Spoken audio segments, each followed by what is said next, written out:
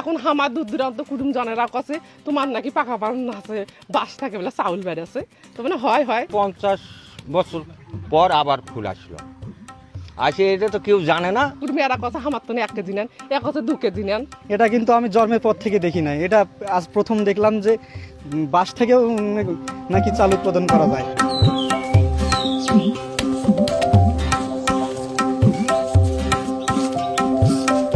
দিনাজপুরের ফুলবাড়ী উপজেলার পাকাপ্রাণ গ্রাম।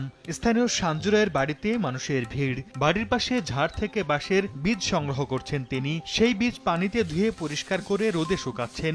এরপর সেগুলো ধানের হাস্কিং মিলে ভাঙাবেন, যা থেকে হবে চাল।